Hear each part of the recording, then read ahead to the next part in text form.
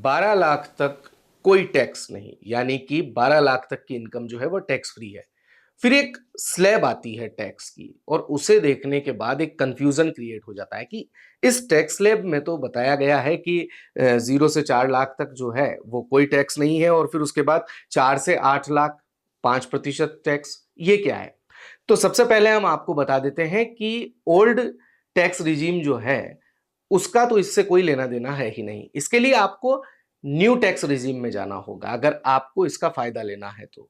दूसरी चीज, ये बिल्कुल सही बात है कि 12 लाख तक कोई टैक्स नहीं है, लेकिन जैसे ही फिर 12 से ऊपर जाता है, यानी कि 12 से ऊपर 0 से 4 लाख तक की बढ़ोतरी होती है, तो भी आपको कोई टैक्स नहीं देना है। लेकिन जैसे ही 4 से 8 लाख रुपए आपके बढ़ते हैं, तो उसके बाद जो टैक्स स्लैब है, न्यू टैक्स रिजीम जो है, उसके अनुसार आपको 5% का टैक्स देना होगा।